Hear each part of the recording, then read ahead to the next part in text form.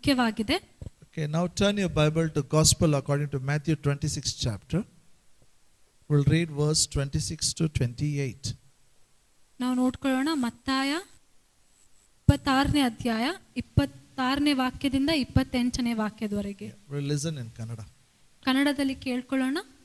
ಅವರು ಊಟ ಮಾಡುತ್ತಿರುವಾಗ ಯೇಸು ರೊಟ್ಟಿಯನ್ನು ತೆಗೆದುಕೊಂಡು ದೇವರ ಸ್ತೋತ್ರ ಮಾಡಿ ಮುರಿದು ಶಿಷ್ಯರಿಗೆ ಕೊಟ್ಟು, ತಕ್ಕೊಳ್ಳಿರಿ, ತಿನ್ನಿರಿ, ಇದು ನನ್ನ ದೇಹ ಅಂದನು. ಆಮೇಲೆ ಪಾತ್ರೆಯನ್ನು ತೆಗೆದುಕೊಂಡು ಸ್ತೋತ್ರ ಮಾಡಿ ಅವರಿಗೆ ಕೊಟ್ಟು, ಇದರಲ್ಲಿರುವುದನ್ನು ಎಲ್ಲರೂ ಕುಡಿಯಿರಿ, ಇದು ನನ್ನ ರಕ್ತ, ಇದು ಒಡಂಬಡಿಕೆಯ ರಕ್ತ, ಇದು ಪಾಪಗಳ ಕ್ಷಮೆಗಾಗಿ ಬಹು ಜನರಿಗೋಸ್ಕರ ಸುರಿಸಲ್ಪಡುವ ರಕ್ತ. Okay, now listen. ಈ ಕಡೆ ಕೇಳ್ರಿ. I'll do it later. See, this is a holy communion.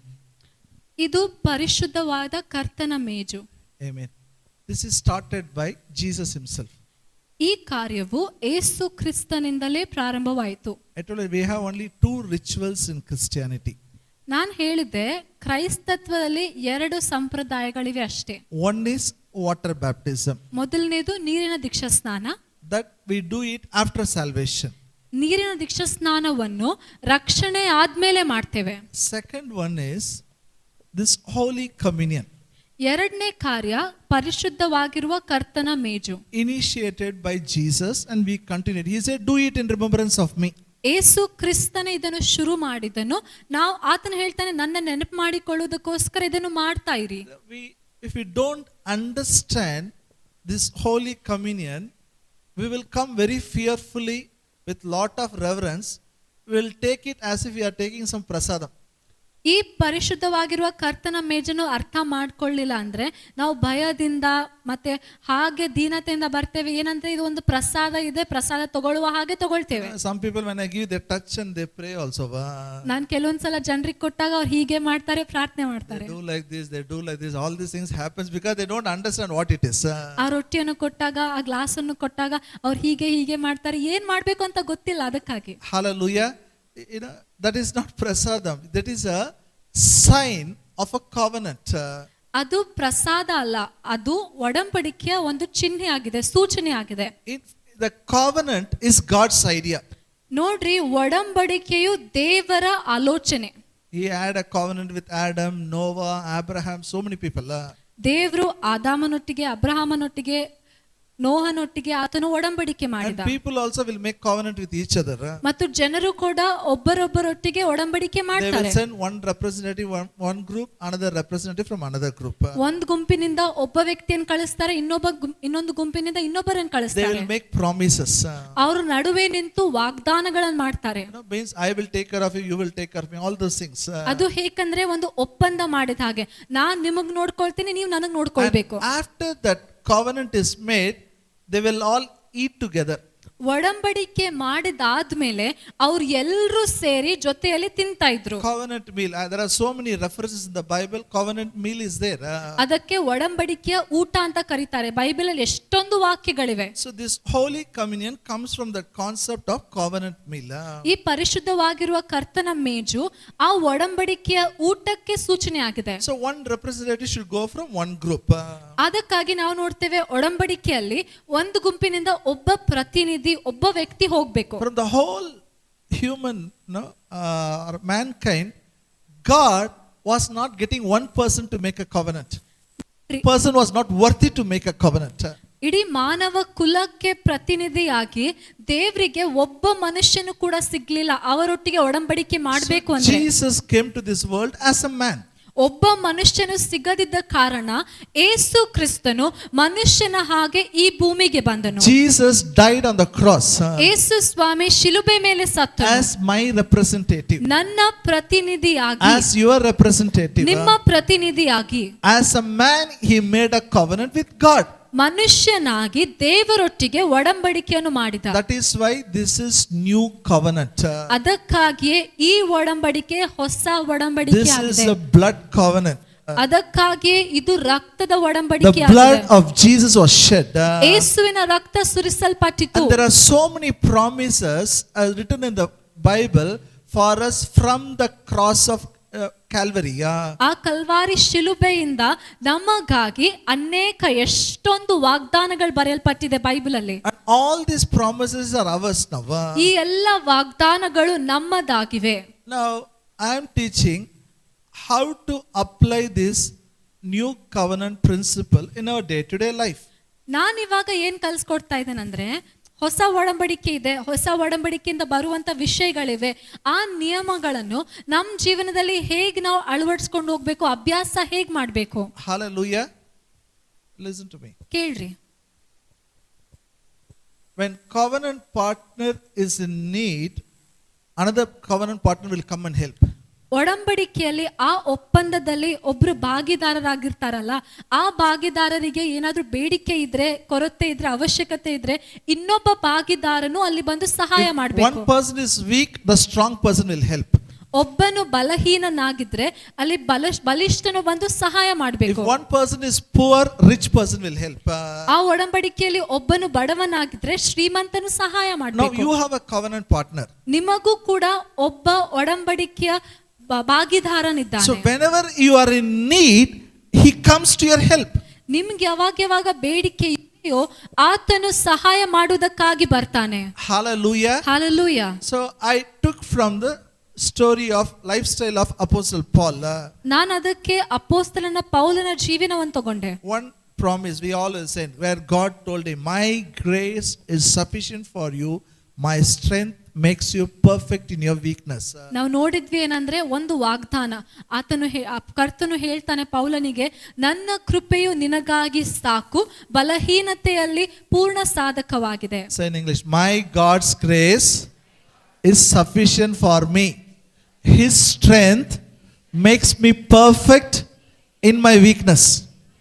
ನನ್ನಿಂದ ಹೇಳ್ರಿ, ನನ್ನ ಕರ್ತನ ಕೃಪೆಯು ನನಗೆ ಸಾಕು, ನನ್ನ ಬಲಹೀನತೆಯಲ್ಲಿ ಆತನ ಬಲವು ಪರಿಪೂರ್ಣವಾಗಿದೆ. We all have weakness. ನಮ್ ಎಲ್ರಿಗೂ ಬಲಹೀನತೆ ಇದೆ.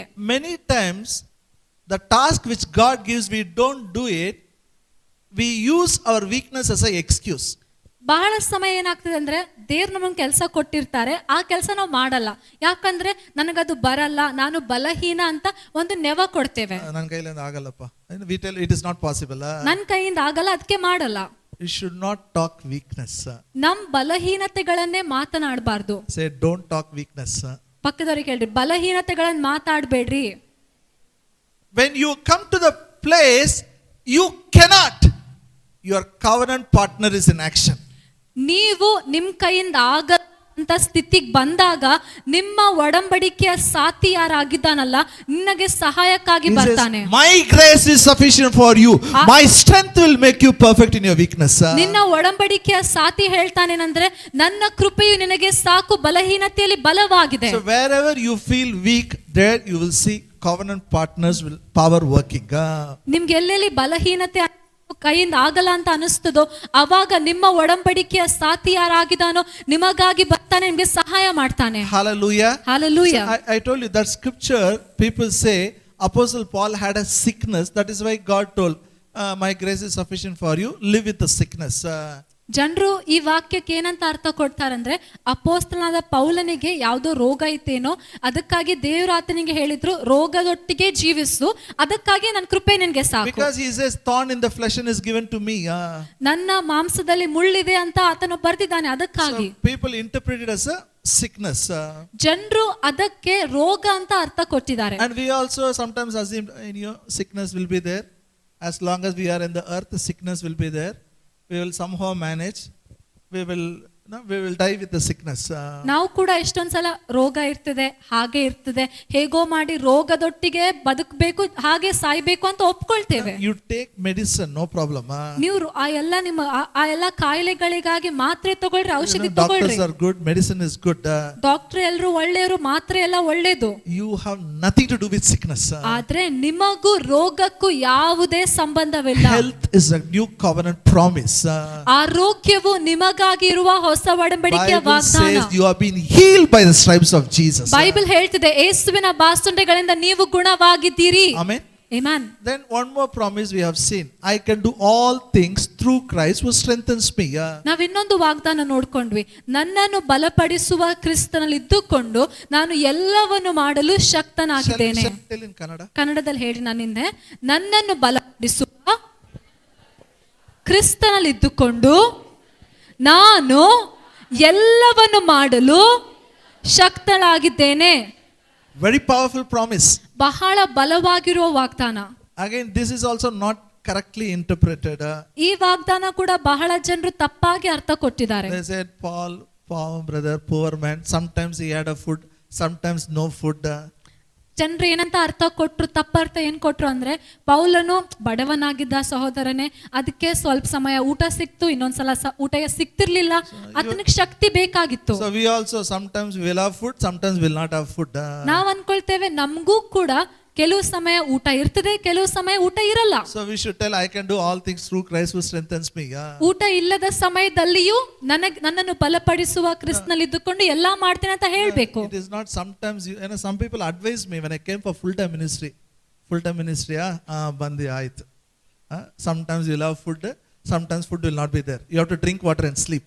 ಜನರು ಸಲಹೆ ಕೊಡ್ತಾರೆ ಏನಂದ್ರೆ, ಓ ಸೇವೆಗೆ ಬಂದಿದ್ಯಾ, ಪೂರ್ಣ ಸಮಯ ಸೇವೆ, ಕೆಲವೊಂದ್ಸಲ ಊಟ ಇರ್ತಿದೆ, ಕೆಲವೊಂದ್ಸಲ ಊಟ ಇರಲ್ಲ, ನೀರ್ ಕುಡ್ದೆ ಮಲಗಬೇಕು ಅಂತ ಹೇಳ್ತಾರೆ. Everybody will give advice. That is a problem. ಸೇವೆಗೆ ಬಂದ್ಬಿಟ್ರೆ ಎಲ್ಲರೂ ಸಲಹೆಗಳನ್ನು But ಕೊಡ್ತಾರೆ. it is not written in the Bible. ಆದ್ರೆ ಬೈಬಲ್ ಅಲ್ಲಿ ಹಾಗೆ You ಬರ್ದಿಲ್ಲ. will drink water and sleep. ಊಟ ಇಲ್ಲದೆ ನೀರ್ ಕುಡ್ದೆ ಅಷ್ಟೇ ಮಲಗ್ತೀರಾ ಅಂತ ಬೈಬಲ್ ಅಲ್ಲಿ ಬರ್ದಿಲ್ಲ. My Father feeds the birds in the air which neither soweth nor reapeth. Bible ಹೇಳ್ತಿದೆ, ಆಕಾಶದಲ್ಲಿ ಹಾರಾಡುವಂತ ಪಕ್ಷಿಗಳು ಬಿತ್ತುವುದಿಲ್ಲ, ಕೊಯ್ಯುವುದಿಲ್ಲ, ಅವರನ್ನು ನನ್ನ ತಂದೆಯು ಉಣಿಸ್ತಾನೆ. Now, a very important teaching I'm giving. I need to give lot of attention. How Holy Spirit will help you to enjoy the new covenant blessings. ಇವತ್ತು ನಾನು ಬಹಳ ಮುಖ್ಯವಾಗಿರುವುದನ್ನು ಕಲಿಸ್ತೇನೆ. ಏನಂದ್ರೆ, ಹೇಗೆ ಪವಿತ್ರಾತ್ಮನು ಹೊಸ ಒಡಂಬಡಿಕೆಯ ಆಶೀರ್ವಾದಗಳನ್ನು ಆನಂದಿಸುವಂತೆ ಸಹಾಯ ಮಾಡ್ತಾನೆ. Holy Spirit is there to help you. He wants you to know the blessings, possess the blessings, enjoy the blessings. ಪವಿತ್ರಾತ್ಮ ನಿಮ್ಮ ಸಹಾಯಕನಾಗಿದ್ದಾನೆ. ನೀವು ಆಶೀರ್ವಾದಗಳನ್ನು ಗುರುತಿಸಬೇಕು, ಹೊಂದ್ಕೊಳ್ಬೇಕು, ಆನಂದಿಸಬೇಕು ಅಂತ ಬಯಸ್ತಾನೆ. So I shared about one prayer to you last week. ಕಳೆದ ವಾರ ನಾನು ಒಂದು ಪ್ರಾರ್ಥನೆ ಬಗ್ಗೆ ಕಲಿಸ್ಕೊಟ್ಟೆ. Book of Colossians, first chapter. ನಾವು ತಿರುಗಿಸೋಣ. ಕೊಲೊಸ್ಸೆದವರಿಗೆ ಬರೆದ ಮೊದಲನೇ ಪತ್ರಿಕೆ, verse 9 to 11. 9-11. ಕೊಲೊಸ್ಸೆದವರಿಗೆ ಬರೆದ ಪತ್ರಿಕೆ ಮೊದಲನೇ ಅಧ್ಯಾಯ 9-11. ಆದ ಕಾರಣ ನಾವು ನಿಮ್ಮ ಸುದ್ದಿಯನ್ನು ಕೇಳಿದ ದಿವಸದಿಂದ ನಿಮಗೋಸ್ಕರ ಪ್ರಾರ್ಥಿಸುವುದನ್ನು ಬಿಡದೆ, ನೀವು ಸಕಲ ಆತ್ಮೀಯ ಜ್ಞಾನವನ್ನು ಗ್ರಹಿಕೆಯನ್ನು ಹೊಂದಿ ಕರ್ತನ ಚಿತ್ತದ ವಿಷಯವಾದ ತಿಳುವಳಿಕೆಯಿಂದ ತುಂಬಿಕೊಂಡು ಆತನಿಗೆ ಯೋಗ್ಯರಾಗಿ ನಡೆದು ಎಲ್ಲ ವಿಧದಲ್ಲಿ ಆತನನ್ನು ಸಂತೋಷ ಪಡಿಸುವರಾಗಿರಬೇಕೆಂತಲೂ ನೀವು ಸಕಲ ಸತ್ಕಾರ್ಯವೆಂಬ ಫಲವನ್ನು ಕೊಡುತ್ತಾ ದೇವ ಜ್ಞಾನದಿಂದ ಅಭಿವೃದ್ಧಿಯಾಗಿರಬೇಕೆಂತಲೂ ಆತನ ಮಹಿಮೆಯ ಶಕ್ತಿಯ ಪ್ರಕಾರ ಪರಿಪೂರ್ಣ ಬಲ ಹೊಂದಿ ಬಲಿಷ್ಠರಾಗಿ ಆನಂದಪೂರ್ವಕವಾದ ತಾಳ್ಮೆಯನ್ನು ದೀರ್ಘಶಾಂತಿಯನ್ನು ಯಾವಾಗಲೂ ತೋರಿಸುವರಾಗಿರಬೇಕೆಂತಲೂ ಬೆಳಕಿನ ರಾಜ್ಯದೊಳಗೆ ದೇವ ಜನರ. Now listen to me. ಈ ಕಡೆ ಕೇಳಿ. This is Paul's prayer. ಇದು ಪೌಲನ ಪ್ರಾರ್ಥನೆ. We should pray like this. ನಾವು ಈ ರೀತಿಯಾಗಿ ಪ್ರಾರ್ಥಿಸಬೇಕು. Hallelujah. This is a New Testament prayer. ಇದು ಹೊಸ ಒಡಂಬಡಿಕೆಯ ಪ್ರಾರ್ಥನೆ. He is praying that the church should be filled with the knowledge of his will in all wisdom. ಅಲ್ಲಿ ಹೇಳ್ತಾನೆ, ಆತನು ಪ್ರಾರ್ಥಿಸ್ತಾ ಇದ್ದಾನೆ, ಸಭೆಯು ಕರ್ತನ ಚಿತ್ತದ ವಿಷಯವಾಗಿ ಆ ತಿಳುವಳಿಕೆಯಿಂದ ತುಂಬಿಕೊಂಡು ಇರಬೇಕು. They should have a spiritual understanding. ಅವರಿಗೆ ಆತ್ಮಿಕ ಜ್ಞಾನ ಇರಬೇಕು. Hallelujah. Hallelujah. Look here. ಈ ಕಡೆ ಕೇಳ್ರಿ. You should be filled with the knowledge of his will in all wisdom. ಆತನ ಚಿತ್ತದ ಜ್ಞಾನ ತಿಳುವಳಿಕೆಯಿಂದ ತುಂಬಿಸಲ್ಪಡಬೇಕು. And you should have a spiritual understanding. ಮತ್ತು ನಿಮಗೆ ಆತ್ಮಿಕವಾಗಿರುವ ಜ್ಞಾನ ಇರಬೇಕು. You should know exactly what to do. ಅದರ ಅರ್ಥ ಏನಂದ್ರೆ, ಮುಂದೆ ಏನ್ ಮಾಡ್ಬೇಕು ಅಂತ ನಿಮಗೆ ಗೊತ್ತಾಗಿರ್ಬೇಕು. Then he says you should walk worthy of the Lord unto all pleasing.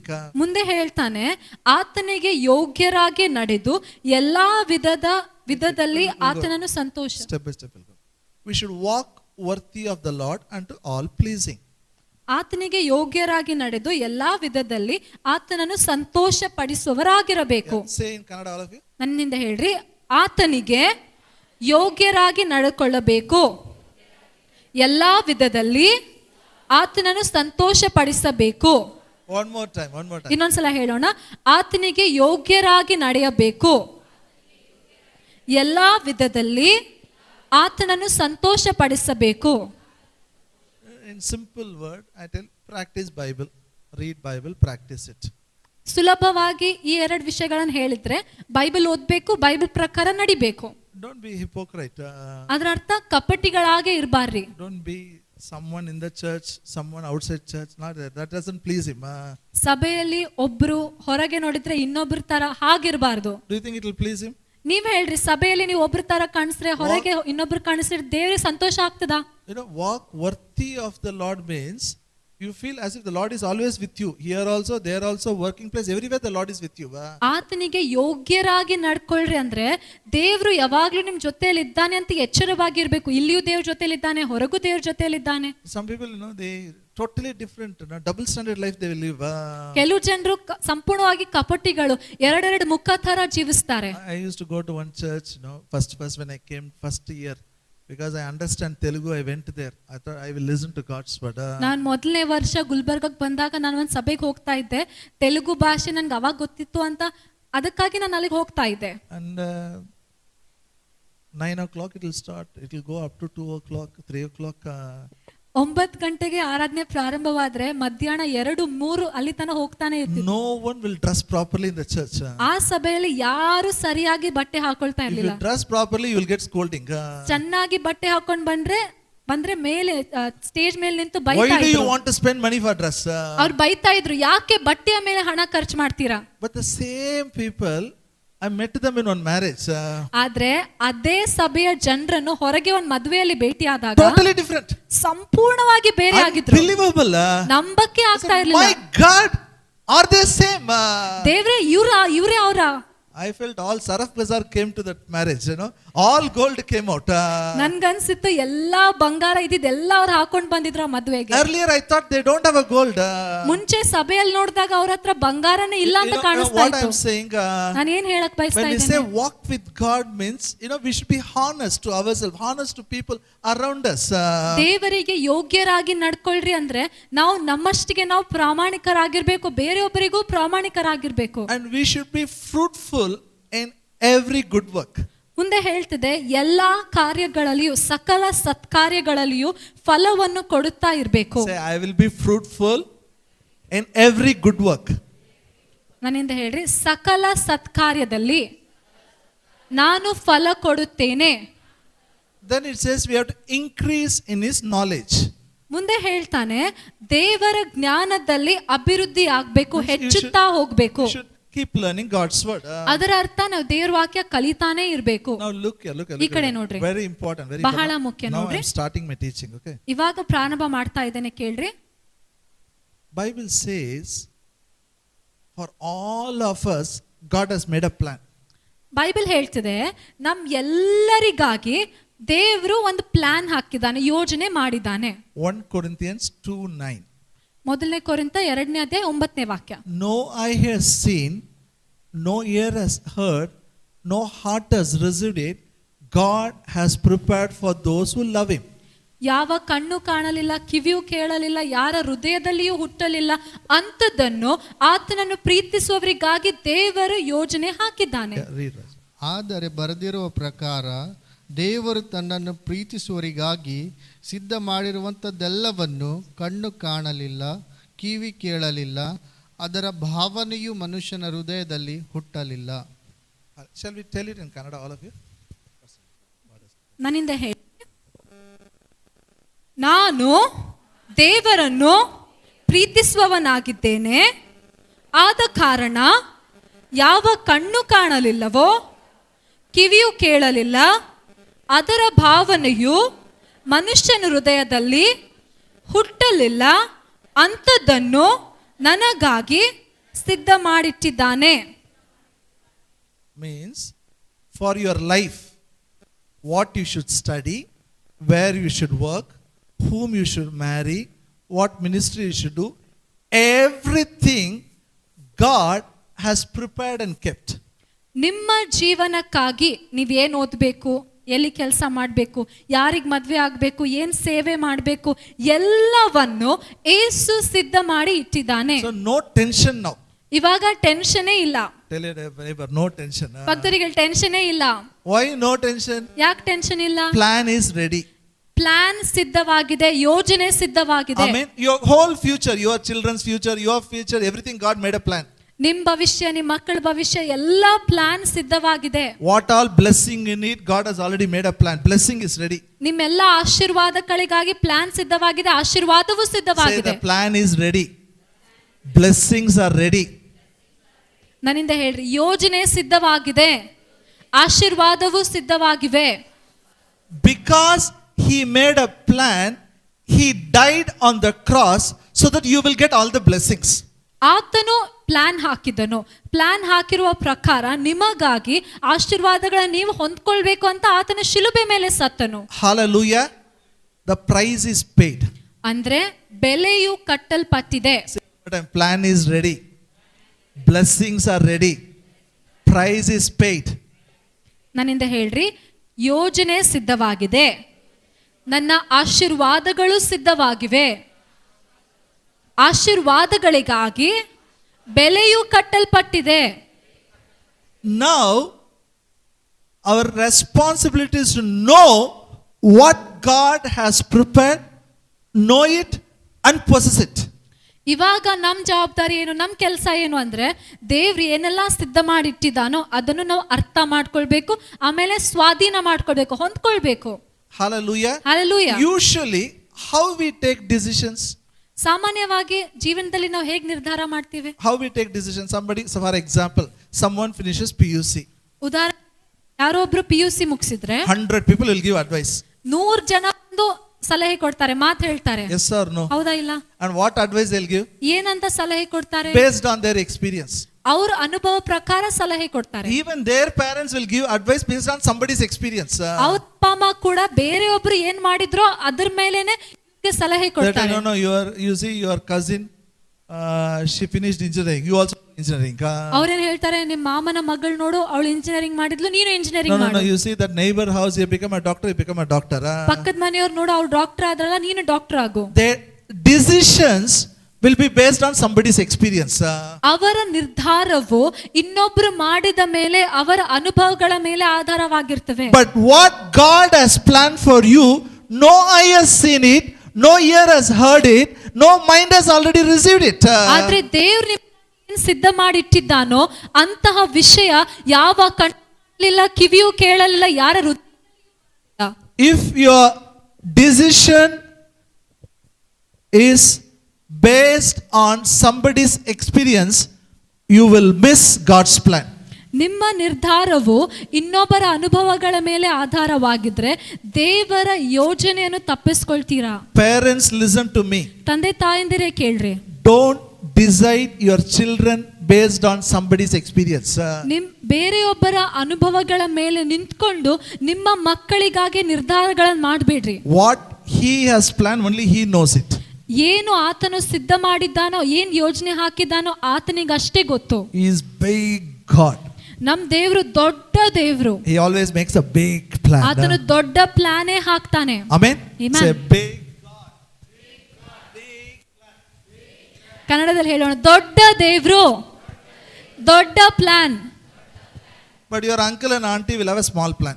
ಆದ್ರೆ ನಿಮ್ಮ ಅಂಕಲ್ ಆಂಟಿ ಏನ್ ಹಾಕ್ತಾರೆ, ಚಿಕ್ಕ ಪ್ಲಾನ್ ಹಾಕ್ತಾರೆ. What do you want? A small plan or big plan? ನಿಮಗ್ ದೊಡ್ಡ ಪ್ಲಾನ್ ಬೇಕಾ, ಚಿಕ್ಕ ಚಿಕ್ಕ ಪ್ಲಾನ್ ಬೇಕಾ? ಕನ್ನಡದಲ್ಲಿ ಎಲ್ಲರೂ. Now listen. That big plan God wants to tell you. ಅಂತಹ ದೊಡ್ಡ ಪ್ಲಾನ್ ದೇವ್ರು ನಿಮ್ಗ್ ಬಂದು ಹೇಳ್ಬೇಕು ಅಂತ ಬಯಸ್ತಾನೆ. How he will tell you? ಆತ ನಿಮ್ಗೆ ಹೇಗೆ ಹೇಳ್ತಾನೆ? Verse 10. 10ನೇ ವಾಕ್ಯ. ನಮಗಾದರೂ ದೇವರು ತನ್ನ ಆತ್ಮನ ಮೂಲಕ ಅದನ್ನು ಪ್ರಕಟಿಸಿದನು. ಆ ಆತ್ಮನು ಎಲ್ಲ ವಿಷಯಗಳನ್ನು, ದೇವರ ಅಗಾಧವಾದ ವಿಷಯಗಳನ್ನು ಕೂಡ ಪರಿಶೋಧಿಸುವನಾಗಿದ್ದಾನೆ. Okay. That big plan God reveals to you through His Holy Spirit. ಆ ದೊಡ್ಡ ಪ್ಲಾನ್ ಅನ್ನು ದೇವರು ತನ್ನ ಪವಿತ್ರಾತ್ಮನ ಮೂಲಕ ಪ್ರಕಟಿಸ್ತಾನೆ. Hallelujah. Hallelujah. So who made a plan? ಇವಾಗ ಯಾರು ನಿಮ್ಗಾಗಿ ದೊಡ್ಡ ಪ್ಲಾನ್ ಮಾಡಿದ್ರು? ಯಾರು ಮಾಡಿದ್ದಾರೆ? It's a big God. ಹೇಳ್ರಿ, ದೊಡ್ಡ ದೇವ್ರು. That big plan through His Holy Spirit He will reveal. ಆ ದೊಡ್ಡ ದೇವ್ರು ದೊಡ್ಡ ಪ್ಲಾನ್ ಅನ್ನು ತನ್ನ ಪವಿತ್ರಾತ್ಮನ ಮೂಲಕ ನಿಮಗೆ So ತೋರ್ಪಡಿಸ್ತಾನೆ. what is Christian life? ಕ್ರೈಸ್ತಿಯ ಜೀವನ ಏನು? Finding God, receiving the revelation from the Holy Spirit, what is mine. ನಂದೇನಾಗಿದ್ಯೋ ಅಂತ ಆ ಪ್ರಕಟಣೆಯನ್ನು ಪವಿತ್ರಾತ್ಮನಿಂದ ಹೊಂದಿಕೊಳ್ಳುವುದು. Hallelujah. Hallelujah. In this He has kept your work also, your job also is there. ಈ ದೇವರ plan ಅಲ್ಲಿ ನೀವ್ ಏನ್ ನೌಕರಿ ಮಾಡ್ಬೇಕು, ಏನ್ ಕೆಲಸ ಮಾಡ್ಬೇಕು ಅಂತ ಕೂಡ ಇದೆ. When it says good work, you should not think it is only pastor, evangelist. ಇಲ್ಲಿ ಬೈಬಲ್ ಅಲ್ಲಿ ಬರ್ದಿದೆ ಎಲ್ಲಾ ಒಳ್ಳೆ ಕಾರ್ಯಗಳು ಅಂದ್ರೆ ಸಭಾಪಾಲಕರು, ಸುವಾರ್ತಿಕರು ಅವರಷ್ಟೇ ಅಲ್ಲ. When God's side, all the work is a good work. ಒಳ್ಳೆ ಕಾರ್ಯಗಳು ಅಂದ್ರೆ ದೇವರ ದೃಷ್ಟಿಯಲ್ಲಿ ಎಲ್ಲಾ ಕೆಲಸಗಳು If ಒಳ್ಳೆಯದೇ. you are working as a teacher, that's a good work. Teacher ಆಗಿ ಕೆಲಸ ಮಾಡ್ತಾ ಇದ್ರೆ ಅದು ಒಳ್ಳೆ If you ಕೆಲಸ. are working as a nurse, it's a good work. Nurse ಆಗಿ ಕೆಲಸ ಮಾಡ್ತಾ ಇದ್ರೆ ಒಳ್ಳೆ If you are ಕೆಲಸ. a doctor, it is a good work. Doctor ಆಗಿ ಮಾಡ್ತಾ ಇದ್ರೆ ಒಳ್ಳೆ If you are ಕೆಲಸ. a businessman, it is a good work. ನೀವು ಬಿಸ್ನೆಸ್ ಮಾಡ್ತಾ ಇದ್ರೆ ಒಳ್ಳೇದು. That is given by God. ಆ ಕೆಲಸ ದೇವರಿಂದ Because ಕೊಡಲ್ಪಟ್ಟಿದೆ. it is a plan of God. ಅದು ನಿಮಗಾಗಿ ದೇವರ ಪ್ಲಾನ್ ಆಗಿದೆ. Hallelujah. Hallelujah. That Holy Spirit will reveal. ಆ ಪ್ಲಾನ್ ಅನ್ನು ಪವಿತ್ರಾತ್ಮನು ಪ್ರಕಟಿಸ್ತಾನೆ. Now come with me to Colossians 1st chapter again. ಇವಾಗ ಇನ್ನೊಂದ್ಸಲ ಕೊಲೋಸ್ಯದವರಿಗೆ ಮೊದಲನೇ ಅಧ್ಯಾಯಕ್ಕೆ ತಿರುಗಿಸೋಣ. Verse 11. 11ನೇ ವಾಕ್ಯ.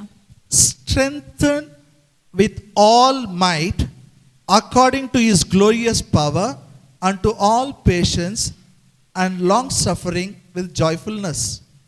ಆತನ ಮಹಿಮೆಯ ಶಕ್ತಿಯ ಪ್ರಕಾರ ಪರಿಪೂರ್ಣ ಬಲ ಹೊಂದಿ ಬಲಿಷ್ಠರಾಗಿ ಆನಂದಪೂರ್ವಕವಾದ ತಾಳ್ಮೆಯನ್ನು ದೀರ್ಘಶಾಂತಿಯನ್ನು ಯಾವಾಗಲೂ ತೋರಿಸಬೇಕು. Hallelujah. Here it says, God will strengthen you with all might according to His glorious power. ಇಲ್ಲಿ ಏನ್ ಹೇಳ್ತಿದೆ?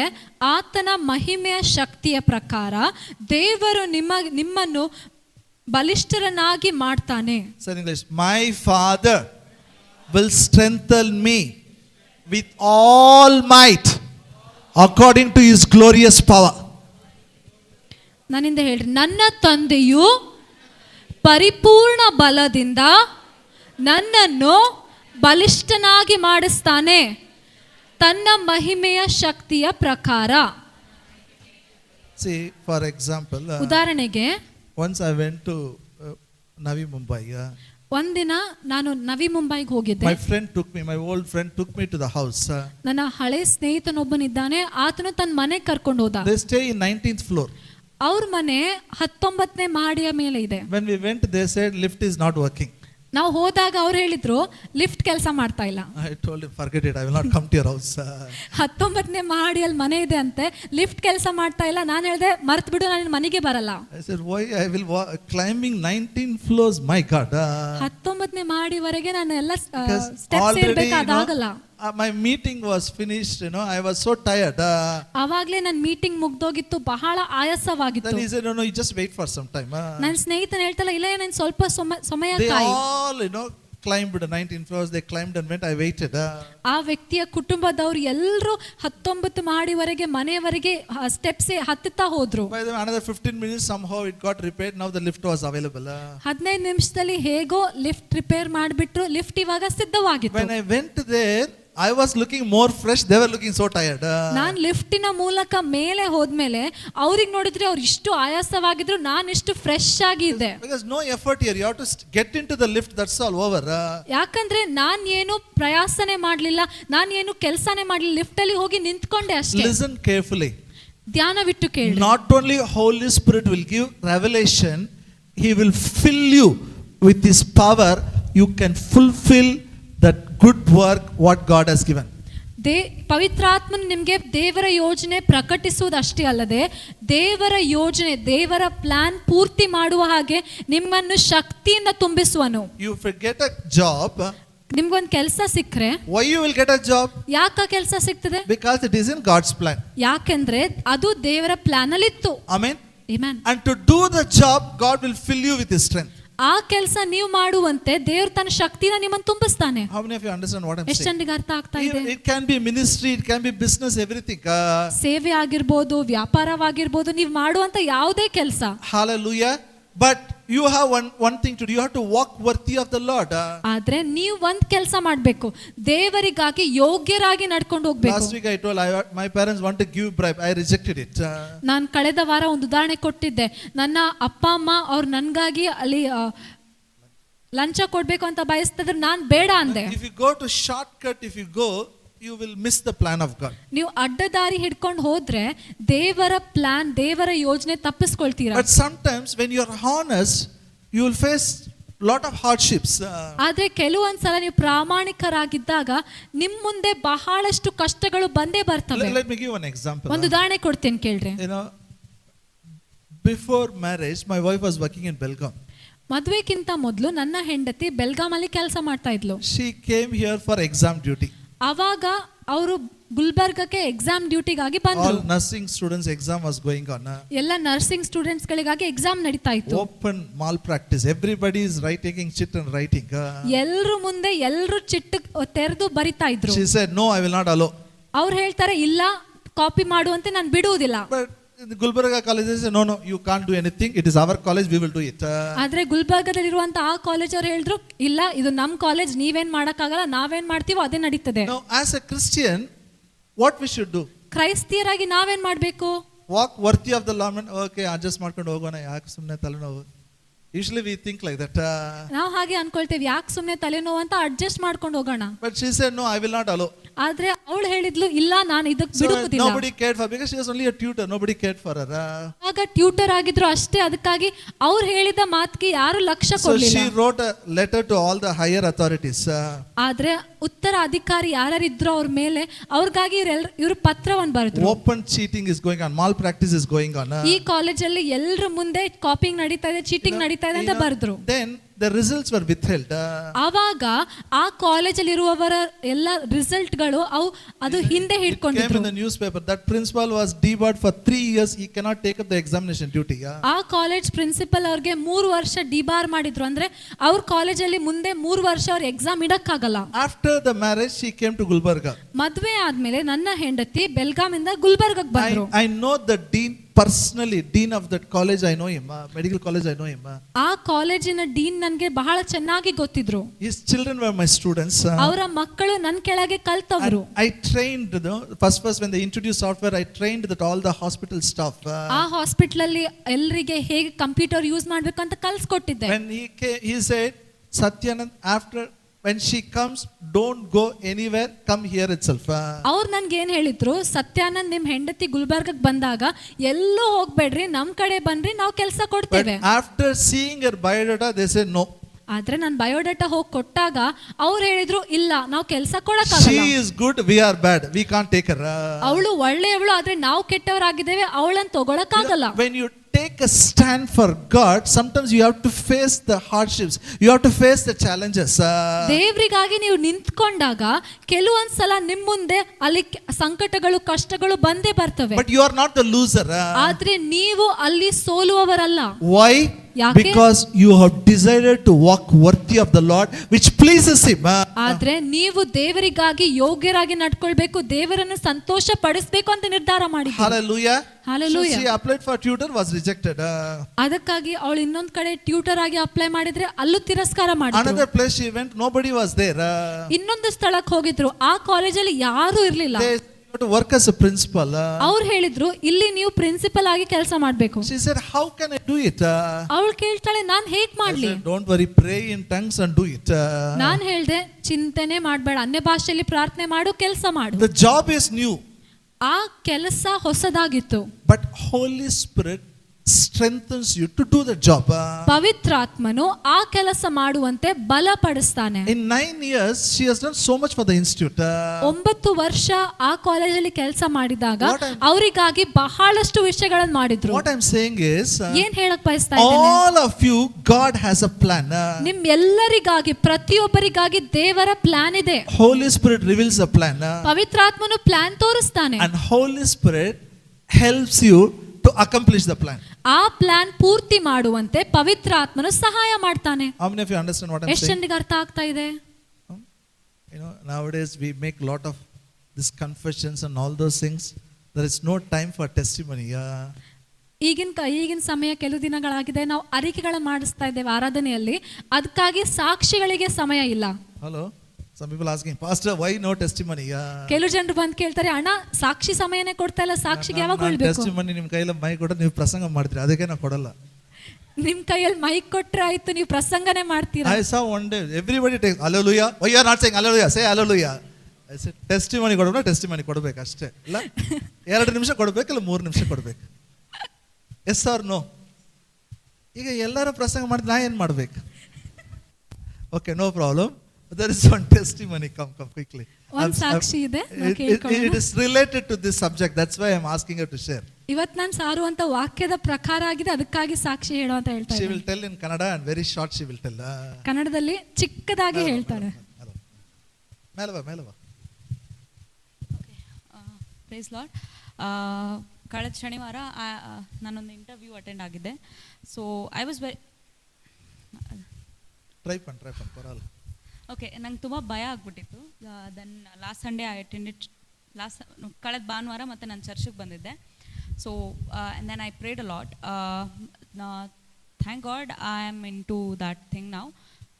Again I am sorry. So You tell. Yeah, thanks ಪಪ್ಪಿ. ಅಯ್ಯೋ,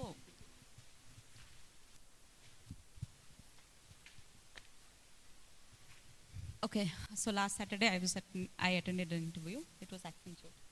ಕಳೆದ ಶನಿವಾರ ಇವರು ಒಂದು ಕಂಪನಿಗಾಗಿ ಆಕ್ಸೆಂಚರ್ ಎನ್ನುವುದು ಅಲ್ಲಿ ಇಂಟರ್ವ್ಯೂ ಕೊಟ್ಟಿದ್ರು. It was kind of tough. ಅದು ಸ್ವಲ್ಪ ಕಷ್ಟವಾಗಿತ್ತು, ಕಠಿಣವಾಗಿತ್ತು. But then on Monday I got the results. I have been selected in it. ಸೋಮವಾರ ದಿನ ಅವ್ರಿಗೆ ರಿಸಲ್ಟ್ ಬಂದಾಗ ಆ ಕಂಪನಿಗಾಗಿ ಅವ್ರು ಸೆಲೆಕ್ಟ್ ಆಗಿದ್ದಾರೆ. So I'm very happy to me. ನನಗಿಷ್ಟು ಸಂತೋಷವಾಗಿದೆ ಏನಂದ್ರೆ ದೇವರ ಕೃಪೆ ಯಾವಾಗಲೂ ನನ್ನ ಮೇಲೆ ಇದೆ. And apart from that I attended 3 more interviews. ಆ ಇಂಟರ್ವ್ಯೂ ಬಿಟ್ಟು ನಾನು 3 ಇಂಟರ್ವ್ಯೂಗಳನ್ನು ಕೊಟ್ಟಿದ್ದೆ. And grace of God again, I rejected the company because they were paying me less. ದೇವರ ಕೃಪೆ ಇಷ್ಟು ಅಂದ್ರೆ ಅವ್ರು ನನಗೆ ಸ್ವಲ್ಪ ಸಂಬಳ ಕೊಡ್ತಾರಂತ ನಾನು ಅವ್ರನ್ನ ರಿಜೆಕ್ಟ್ ಮಾಡಿದೆ. Amen. And I give all. ನಾನೆಲ್ಲ ಮಹಿಮೆ ದೇವರಿಗೆ ಕೊಡ್ತೇನೆ. Thank you. Okay, now listen to me. ಈಗ ಕೇಳ್ರಿ. It's not, it looks like she tried, she got it selected. ಅದು ಹೇಗೆ ಕಾಣ್ತಿದೆ, ಅವ್ರು ಅಪ್ಲೈ ಮಾಡಿದ್ರು, ಅವ್ರು ಪ್ರಯತ್ನ ಮಾಡಿದ್ರು, ಅವ್ರ ಕೆಲಸ ಸಿಕ್ತು ಅಂತ. But it is not so. ಅದು ಹಾಗಲ್ಲ. The truth is God has already prepared. ಸತ್ಯ ಏನಂದ್ರೆ ದೇವರು ಅವಾಗಲೇ ಸಿದ್ಧ ಮಾಡಿಟ್ಟಿದ್ದಾನೆ. Amen. Amen. For everyone, God has prepared a job, God has prepared somebody for marriage, all the plan is ready.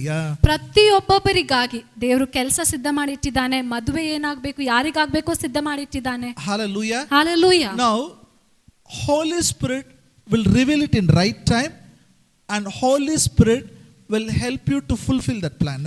ಇವಾಗ ಪವಿತ್ರಾತ್ಮನು ಏನು ದೇವರು ಸಿದ್ಧ ಮಾಡಿಟ್ಟಿದ್ದಾನೋ ಅದನ್ನು ಸರಿಯಾದ ಸಮಯಕ್ಕೆ ತೋರಿಸ್ತಾನೆ, ಅದು ಪೂರ್ತಿ ಮಾಡುವಂತೆ ಸಹಾಯ ಮಾಡ್ತಾನೆ. Okay, there is one more prayer. Don't turn your Bible.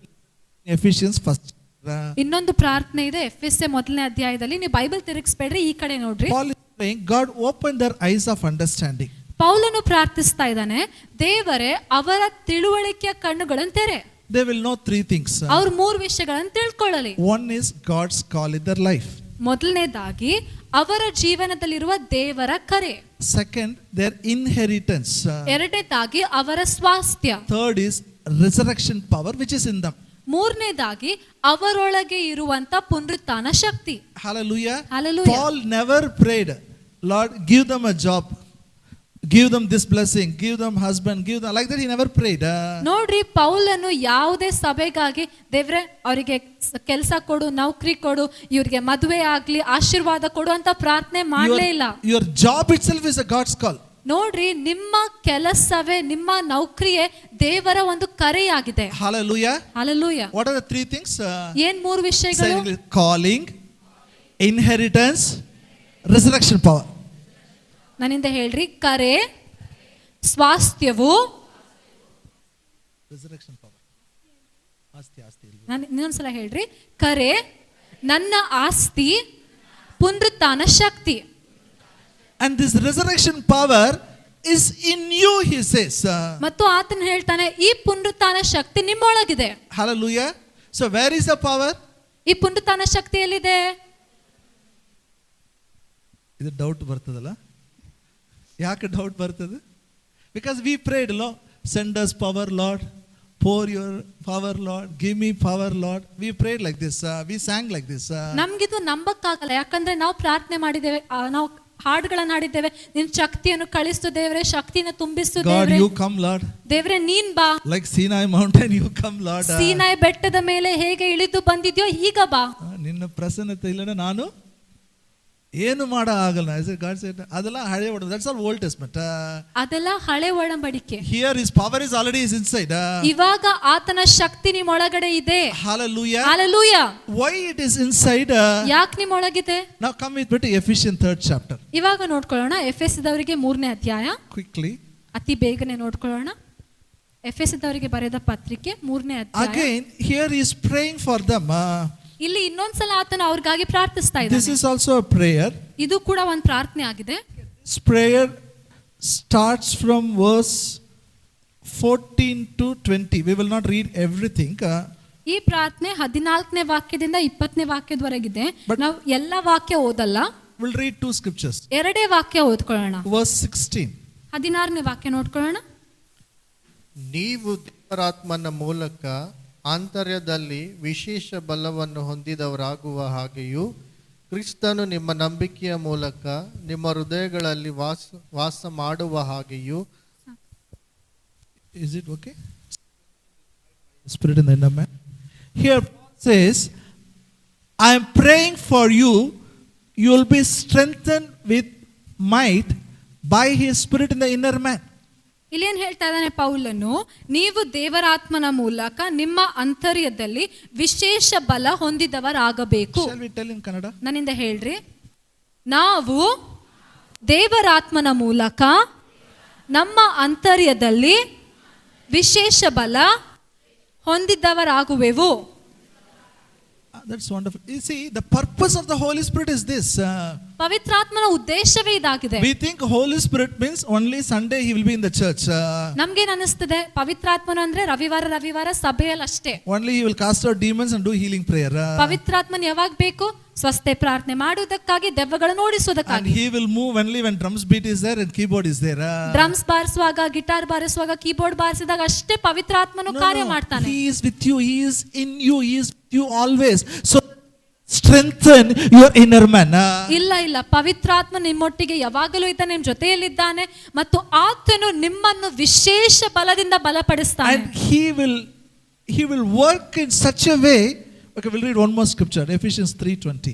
20ನೇ ವಾಕ್ಯ ಓದ್ಕೊಳ್ಳೋಣ.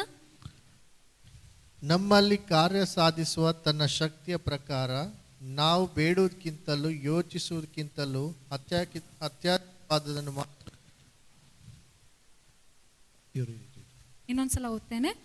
ನಮ್ಮಲ್ಲಿ ಕಾರ್ಯ ಸಾಧಿಸುವ ತನ್ನ ಶಕ್ತಿಯ ಪ್ರಕಾರ ನಾವು ಬೇಡುವುದಕ್ಕಿಂತಲೂ ಯೋಚಿಸುವುದಕ್ಕಿಂತಲೂ ಅತ್ಯಧಿಕವಾದದನ್ನು ಮಾಡಲು ಶಕ್ತನಾದ. Okay. He says, God is able to do beyond what you ask, think or imagine according to the power that worketh in you. ಏನ್ ಹೇಳ್ತಾ ಇದ್ದಾನೆ? ನಿಮ್ಮಲ್ಲಿ ಕಾರ್ಯ ಸಾಧಿಸುವಂತ ಶಕ್ತಿಯ ಮೂಲಕ ಬೇಡುವುದಕ್ಕಿಂತಲೂ ಯೋಚಿಸುವುದಕ್ಕಿಂತಲೂ ಅತ್ಯಧಿಕವಾದದನ್ನು ಮಾಡಲು ನೀವು ಶಕ್ತರಾಗುವಿರಿ. Power is working in me. ನನ್ನೊಳಗೆ ಶಕ್ತಿ ಇದೆ. Say, power is working in me. ನನ್ನಲ್ಲಿ ಶಕ್ತಿ ಕಾರ್ಯ ಮಾಡ್ತಾ ಇದೆ. Again I'll repeat it. ಇನ್ನೊಂದ್ಸಲ ಹೇಳ್ತೇನೆ ಕೇಳ್ರಿ. Please. Any work, any business, anything, God plans it, God reveals it, God gives you strength to do. ಯಾವುದೇ ಕೆಲಸ ನಿಮ್ಗೆ ಏನೇನ್ ಕೆಲಸ ಮಾಡ್ಬೇಕಂತ ಇದೆಯೋ ದೇವರು ತನ್ನ ಯೋಜನೆ ತೋರಿಸ್ತಾನೆ, ನಿಮ್ಗೆ ಸಹಾಯ ಮಾಡ್ತಾನೆ, ಶಕ್ತಿ ಕೊಡ್ತಾನೆ. When I finished my degree, I started a business. ನಾನು ಡಿಗ್ರಿ ಮುಗಿಸಿದ್ಮೇಲೆ ಒಂದು ಬಿಸ್ನೆಸ್ ಸ್ಟಾರ್ಟ್ My ಮಾಡಿದ್ದೆ. parents said, you do business, we will invest some money. ನಮ್ಮ ಅಪ್ಪ ಅಮ್ಮ ಹೇಳಿದ್ರು ಬಿಸ್ನೆಸ್ ಸ್ಟಾರ್ಟ್ ಮಾಡಿದ್ಮೇಲೆ ನಿನ್ ಬಿಸ್ನೆಸ್ ಅಲ್ಲಿ ಸ್ವಲ್ಪ ಹಣ ಹಾಕ್ತೇವೆ. No businessman in our family.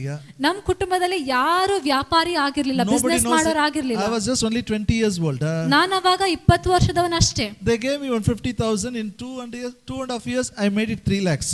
ಅವ್ರು ನನ್ಗೆ 50,000 ಕೊಟ್ರು, ನಾನು 2-3 ವರ್ಷದಲ್ಲಿ 30 ಲಕ್ಷ ಮಾಡಿದೆ. But there I learned how to talk with people. ಅವಾಗ ಜನರೊಟ್ಟಿಗೆ ಹೇಗ್ ಮಾತಾಡ್ಬೇಕು ಅಂತ ನಾನು How to handle money. ಕಲ್ತ್ಕೊಂಡೆ. How to handle money. ಹೇಗೆ ಹಣವನ್ನು ಸಂಭಾಳಿಸಬೇಕು How ಅಂತ. to discern people. How to find out who is a liar, who tells truth. I used to preach gospel there. ಜನರನ್ನು ಹೇಗೆ ವಿವೇಚಿಸಬೇಕು, ಯಾರು ಸುಳ್ಳಾಡ್ತಾ ಇದ್ದಾರೆ, ಯಾರು ಅಲ್ಲಿ ಸತ್ಯ ಹೇಳ್ತಾ ಇದ್ದಾರೆ, ಯಾರು ಒಳ್ಳೆಯವರು ಕೆಟ್ಟವರು ಅಂತ ಗುರ್ತಿಸೋದನ್ನ ಕಲ್ತ್ಕೊಂಡೆ. God takes you step by step. ದೇವ್ರನ್ಗೆ ಹೆಜ್ಜೆ ಹೆಜ್ಜೆಯಾಗಿ ಕಲ್ತ್ಕೊಂಡು I got a job, I came here. ನನ್ಗೆ ಗುಲ್ಬರ್ಗದಲ್ಲಿ ಕೆಲಸ ಸಿಕ್ತು, ಇಲ್ಲಿಗೆ ಬಂದೆ. So God's power, Holy Spirit will reveal His plan and He will empower you to fulfill His plan. ದೇವರ ಶಕ್ತಿಯ ಪ್ರಕಾರ ಪವಿತ್ರಾತ್ಮನು ನಿಮ್ಗೆ ಯೋಜನೆ ತೋರಿಸ್ತಾನೆ, ಯೋಜನೆ ಪೂರ್ತಿ ಮಾಡುವಂತೆ ಸಹಾಯ ಮಾಡ್ತಾನೆ. Let me give ministry example. ಸೇವೆಯ ಬಗ್ಗೆ ಉದಾಹರಣೆ We all ಕೊಡ್ತೀನಿ. know village ministry, we go. We all know how miracles happen. ನಮ್ಮೆಲ್ಲರಿಗೆ ಹಳ್ಳಿ ಸೇವೆ ಬಗ್ಗೆ ಗೊತ್ತಿದೆ ಅಲ್ಲ, ಹಳ್ಳಿ ಸೇವೆಗೆ ಹೋಗ್ತೇವೆ, ಅದ್ಭುತಗಳು ಹೇಗಾಗ್ತೇವೆ ಅಂತ ಗೊತ್ತು. Everybody preaches, everybody prays, miracles are happening. ಎಲ್ಲರೂ ಸಾರ್ತಾ ಇದ್ದಾರೆ, ಎಲ್ಲರೂ ಪ್ರಾರ್ಥನೆ ಮಾಡುವಾಗ ಅದ್ಭುತಗಳಾಗ್ತಾ ಇವೆ. Yes or no? ಹೌದಾ ಇಲ್ಲ? I had a burden. I used to send people, 1 person, 2 person. Nothing was happening initial stages. ಮೊದಲನೇದಾಗಿ ಸೇವೆ ಮಾಡ್ಬೇಕು ಅಂತ ಭಾರ ಇತ್ತು. ನಾನು ಇಬ್ಬರನ್ನು ಸೇವೆಗಾಗಿ ಕಳಿಸುವಾಗ ಏನೂ ಆಗ್ತಾ ಇರ್ಲಿಲ್ಲ. But the truth is, God already made a plan how to reach the unreached. ಆದ್ರೆ ಸತ್ಯ ಏನಂದ್ರೆ, ಯಾವ ಜನರಿಗೆ ಸುವಾರ್ತೆ ಮುಟ್ಟಿಲ್ಲವೋ ಸುವಾರ್ತೆಯಿಂದ ಹೇಗ್ ಮುಟ್ಟಬೇಕು ಅಂತ ದೇವರು ಯೋಜನೆ ಹಾಕಿದ್ದನು. Plan is ready. ಯೋಜನೆ ಸಿದ್ಧವಾಗಿತ್ತು. Jesus paid the price. ಯೇಸು ಸ್ವಾಮಿ ಬೆಲೆ ಕಟ್ಟಿದನು. One day I went to a place called Devadurga. ನಾನು ಒಂದಿನ ದೇವದುರ್ಗಕ್ಕೆ ಹೋಗಿದ್ದೆ. When I went there, went in a motorbike. The Lord opened my ears. ನಾನು ಬೈಕ್ ನಲ್ಲಿ ಹೋಗುವಾಗ ದೇವರು ನನ್ನ ಕಿವಿಗಳನ್ನು ತೆರೆದನು. I heard the screaming noise from the hell. ನಾನು ಅವತ್ತು ನರಕದಿಂದ ಕಿರ್ಚಾಡುವಂತ ಶಬ್ದವನ್ನು ಕೇಳಿದೆ. I asked God what it is. He said, these are the people who went to hell. ದೇವ್ರಿಗೆ ಕೇಳಿದೆ, ದೇವ್ರೆ ಏನು ಇದು ಅಂದ್ರೆ ದೇವ್ರು ಹೇಳಿದ್ರ, ಇಲ್ಲಿಂದ ನರಕಕ್ಕೆ ಹೋಗಿರುವಂತ ಜನರ ಶಬ್ದ. Absolutely darkness. ಆ ಸ್ಥಳದಲ್ಲಿ ಕತ್ತಲೆ ಆಗಿತ್ತು. I was weeping. ನಾನು ಬೈಕಲ್ಲಿ ಹೋಗುವಾಗ ನಾನು ಅಳ್ತಾ ಇದ್ದೆ, ಕಣ್ಣೀರ್ ಬಿಡ್ತಾ ಇದ್ದೆ. Next day Christmas service. ಮರುದಿನ ಸಭೆಯಲ್ಲಿ ಕ್ರಿಸ್ಮಸ್ I don't ಆರಾಧನೆ know, I ಇತ್ತು. will not preach. ನಾನು ಹೇಳ್ದೆ, ನಾನ್ ಸಾರುವುದಿಲ್ಲ. I told somebody to preach. ಇನ್ನೊಬ್ಬರಿಗೆ ಸಾರುವಂತೆ ನಾನು ಹೇಳ್ದೆ. And 31st night, 3ನೇ ಡಿಸೆಂಬರ್ ರಾತ್ರಿ I told the church, ನಾನು ಸಭೆಗೆ ಹೇಳಿದೆ, see, every Monday we'll visit one village. ಪ್ರತಿ ಸೋಮವಾರ ನಾವು ಒಂದು ಹಳ್ಳಿಗೆ ಹೋಗೋಣ. I will not come, you should go. ನಾನ್ ಬರುವುದಿಲ್ಲ, ಆದ್ರೆ ನೀವ್ ಹೋಗ್ಬೇಕು. You know, Holy Spirit reveals His plan. ಪವಿತ್ರಾತ್ಮನು ತನ್ನ ಯೋಜನೆಯನ್ನು ಪ್ರಕಟಿಸ್ತಾನೆ. And few people started. ಕೆಲವು ಜನರು ಹಳ್ಳಿ ಸೇವೆ ಶುರು ಮಾಡಿದ್ರು. That work continues. ಆ ಕೆಲಸ ಮುಂದುವರಿತಾ We finished ಬಂದಿದೆ. more than 400 villages. ನಾವು 400 ಹಳ್ಳಿಕ್ಕಿಂತ ಜಾಸ್ತಿ ಮಾಡಿದ್ದೇವೆ. Every house we are given a track. ಪ್ರತಿ ಮನೆಗೆ ಟ್ರ್ಯಾಕ್ಸ್ ಕೊಟ್ಟಿದ್ದೇವೆ. In the city, 90% every house we are given a track. ಪಟ್ಟಣದಲ್ಲಿಯೂ ಕೂಡ 9% ಪ್ರತಿ ಮನೆಗೆ ಟ್ರ್ಯಾಕ್ಸ್ ಕೊಟ್ಟಿದ್ದೇವೆ. How? ಅದು ಹೇಗೆ? God made a plan. ದೇವರು ಪ್ಲಾನ್ ಹಾಕಿದ್ರು. God reveals His through Holy Spirit. ಪವಿತ್ರಾತ್ಮನ ಮೂಲಕ plan ಪ್ರಕಟಿಸಿದನು. And God fills you with His power to do the work. ಮತ್ತು ಆ ಕೆಲಸ ಮಾಡುವಂತೆ ತನ್ನ ಶಕ್ತಿಯಿಂದ ನಿಮ್ಮನ್ನು ತುಂಬಿಸ್ತಾನೆ. You know, in those days I used to talk with every time before they go to village ministry. ಆ ಸಮಯದಲ್ಲಿ, ಆ ಕಾಲದಲ್ಲಿ ಅವ್ರ ಹಳ್ಳಿ ಸೇವೆಗೆ ಹೋಗುವಾಗ ಪ್ರತಿ ಸಲ ಅವ್ರೊಟ್ಟಿಗೆ I ಮಾತಾಡ್ತಾ ಇದ್ದೆ. tell them boldly, my Jesus is alive. ನಾನು ಹೇಳ್ತಾ ಇದ್ದೆ, ಪ್ರತಿ ಸಲ ಸಾರುಕ್ಕಿಂತ ಮೊದಲು ನನ್ನ ಯೇಸು ಜೀವಂತವಾಗಿದ್ದಾನೆ ಅಂತ He ಹೇಳು. will perform miracles. ಆತನು ಅದ್ಭುತಗಳನ್ನು ಮಾಡೇ ಮಾಡ್ತಾನೆ. First remember, Vinod was preaching, my Jesus will perform miracles. ಮೊದಲನೇದಾಗಿ ವಿನೋದ್ ಅವರು ಪ್ರೀಚ್ ಮಾಡುವಾಗ ನನ್ನ ಯೇಸು ಅದ್ಭುತಗಳನ್ನು ಮಾಡ್ತಾನೆ ಅಂತ ಹೇಳಿದಾಗ, I'm talking about 15 years back, okay? ನಾನು 15 ವರ್ಷಗಳ ಹಿಂದೆ They ಮಾತಾಡ್ತಾ ಇದ್ದಾರೆ. pushed one handicapped fellow inside in the front. ಅವ್ರ ಮುಂದೆ ಹ್ಯಾಂಡಿಕ್ಯಾಪ್ ಆಗಿರುವಂತ ಒಬ್ಬ ವ್ಯಕ್ತಿಯನ್ನು ಕಳಿಸಿದ್ರು. That guy is literally limping. ಆತನು ಕುಂಟುತ್ತಾ ಬಂದಿದ್ದ. Hallelujah. They all laughed at him. Can your Jesus heal this boy? ಎಲ್ಲರೂ ಸುತ್ತಮುತ್ತಲಿರೋರು ನಗ್ತಾ ಇದ್ರು. ನಿಮ್ಮ ಯೇಸು ಈ ಹುಡುಗನಿಗೆ ಗುಣಪಡಿಸಬಹುದಾ? When he knelt down and prayed, the short leg grew. ವಿನೋದಣ್ಣ ಅವರು ಅಲ್ಲಿ ಮೊಣಕಾಲೂರಿ ಪ್ರಾರ್ಥನೆ ಮಾಡಿದಾಗ ಆತನ ಚಿಕ್ಕದಾಗಿರುವಂತ ಆ ಕಾಲು ಬೆಳೆಯಿತು. That boy started running in the ground. ಆ ಹುಡುಗ ಗ್ರೌಂಡ್ ನಲ್ಲಿ ಓಡಕ್ಕೆ ಶುರು ಮಾಡ್ದ. Why? ಯಾಕೆ? God gave the revelation.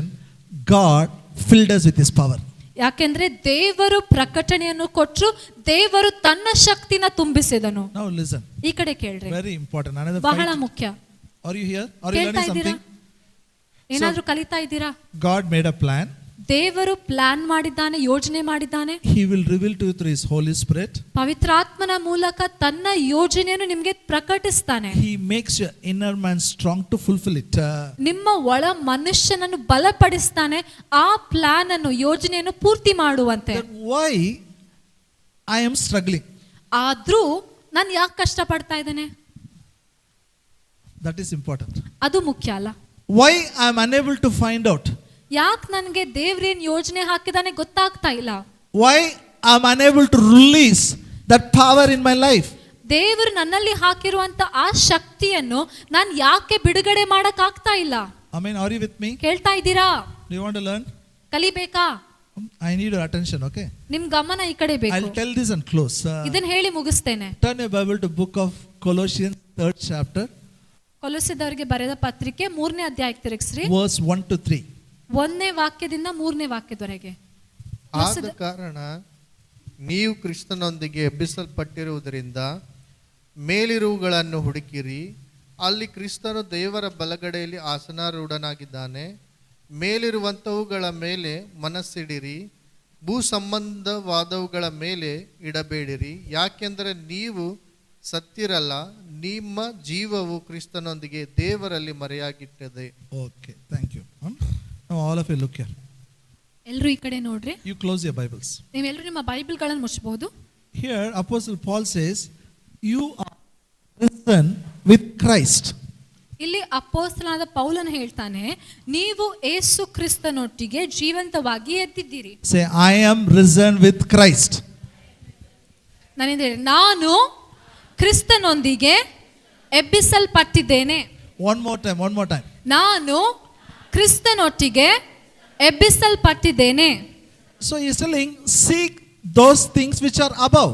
ಅದಕ್ಕಾಗಿ ಮೇಲಿರುವ ವಿಷಯಗಳನ್ನು ಹುಡುಕಿರಿ. Hallelujah. Where Christ sitteth in the right hand of God. ಅಲ್ಲಿ ಯೇಸು ಕ್ರಿಸ್ತನು ದೇವರ ಬಲಗಡೆಯಲ್ಲಿ ಕೂತ್ಕೊಂಡಿದ್ದಾನೆ. Set, verse 2 it says, set your mind on things above. 2ನೇ ವಾಕ್ಯದಲ್ಲಿ ಏನು ಹೇಳ್ತಾ ಇದ್ದಾನೆ? ಮೇಲಿರುವಂತ ವಿಷಯಗಳ ಮೇಲೆ ಮನಸ್ಸಿಡಿರಿ. Not things on the earth. ಭೂ ಸಂಬಂಧವಾದ ವಿಷಯಗಳ ಮೇಲೆ ಅಲ್ಲ. Tell verse 2 in Kannada. ನನ್ನಿಂದ ಹೇಳ್ರಿ, ಮೇಲಿರುವ ವಿಷಯಗಳ ಮೇಲೆ ಮನಸ್ಸನ್ನು ಇಡಿರಿ, ಭೂಮಿಯ ವಿಷಯಗಳ ಮೇಲೆ ಅಲ್ಲ. ಎದು ಎಲ್ಲಿ ಇಡಬೇಕು? ಏನು ಎಲ್ಲಿಡಬೇಕು? ಮನಸ್ಸನ್ನು ಮೇಲೆನಾ ಏನು? ಮೇಲೆ ಅಂದ್ರೆ Always looking at the throne of God. ಯಾವಾಗ್ಲೂ ದೇವರ ಸಿಂಹಾಸನದ ಕಡೆ ನೋಡ್ಬೇಕಾ? Like throne will be there, some smoke will come, angels will come and go. ಅಲ್ಲಿ ಸಿಂಹಾಸನ ಇರ್ತದೆ, ಅಲ್ಲಿ ಅಕ್ಕಪಕ್ಕದಲ್ಲಿ ಹೊಗೆ ಬರ್ತದೆ, ಮತ್ತೆ ದೇವದೂತರು ಇರ್ತಾರೆ. Mind will be only there. ಮನಸ್ಸು ಅಂತ ವಿಷಯಗಳನ್ನ ಯೋಚಿಸ್ತಾ ಇರ್ಬೇಕಾ? Mind will not think about kitchen. ಆದ್ರೆ ಮನಸ್ಸು ಅಡಿಗೆ ಮನೆ ಬಗ್ಗೆ ಚಿಂತೆ ಮಾಡಲ್ಲ. Hello? Is it the meaning? ಅದ ಅರ್ಥ? Because these are all worldly, no? Some people, ಇದೆಲ್ಲ ಲೋಕದ ಇದೆಲ್ಲ worldly. I said, your house people will feel hungry afterwards. ಇದೆಲ್ಲ ಲೋಕ ಅಂತ ಹೇಳಿದ್ರೆ ನಿಮ್ಮ ಮನೇಲಿ ಯಾರಿಗೂ ಊಟನೇ ಆಗಲ್ಲ, ಹಸಿವೆ ಆಗ್ತದೆ. Meaning is, no, listen carefully. ಈ ಕಡೆ ಕೇಳ್ರೆ ಅರ್ಥ ಹೇಳ್ತೇನೆ. When Christ was risen, you are also risen. ಯೇಸು ಕ್ರಿಸ್ತನು ಎಬ್ಬಿಸಲ್ಪಟ್ಟಾಗ ನೀವು ಯೇಸು ಕ್ರಿಸ್ತನೊಟ್ಟಿಗೆ ಎಬ್ಬಿಸಲ್ಪಟ್ಟಿದ್ದೀರಿ. When Christ sat on the throne, you also sat on the throne. ಯಾವಾಗ ಕ್ರಿಸ್ತನು ಸಿಂಹಾಸನದ ಮೇಲೆ ಕೂತ್ಕೊಂಡನು, ನೀವು ಆತನೊಟ್ಟಿಗೆ ಕೂತ್ಕೊಂಡ್ರಿ. You are seated on the throne. ನೀವು ಸಿಂಹಾಸನದ ಮೇಲೆ ಕುಂತ್ಕೊಂಡಿದ್ದೀರಾ. Raj, both of you come. Bring the chairs. 2 chairs. Jeffrey, come. Quickly.